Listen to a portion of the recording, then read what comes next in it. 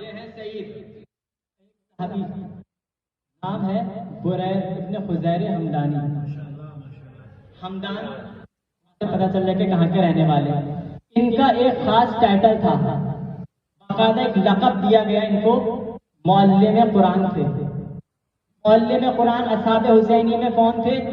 بریر خزیر، جناب بریر حمدانی معلم بالقرآن تھے۔ ہوا کیا؟ معلم قرآن تھے، یزید ابن معقل لعنت اللہ علیہ سامنے مقابل پہ آیا، جناب بریر ادھر کھڑے۔ اچھا منظر کیا تھا؟ حسین کھڑے، امام حسین کے سامنے جناب بریر کھڑے اور سامنے یزید ابن معقل کھڑا ہے۔ سوال اس نے کیا، بریر اپنا دین بتاؤ۔ کیا پوچھا؟ معرفت دیکھے گا صاحب کی، کہ بریر اپنا دین بتاؤ۔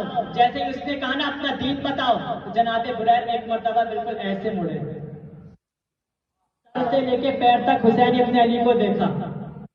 سر سے پیر تک حسین ابن علی کو دیکھنے کے بعد یزید ابن معقل کی طرف رک کر کے کہا، حسین دیکھنے کے بعد بھی مجھ سے میرا دین پوچھ رہا ہے،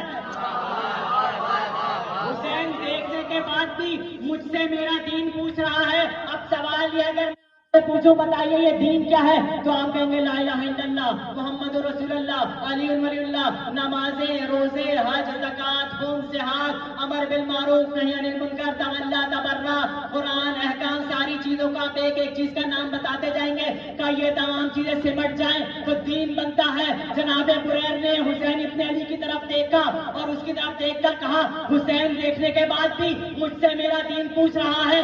رہتی قیامت تک کے لیے بریر نے فیصلہ کر دیا کہ دین اگر وجود میں ڈھل جائے تو حسین بنتا ہے۔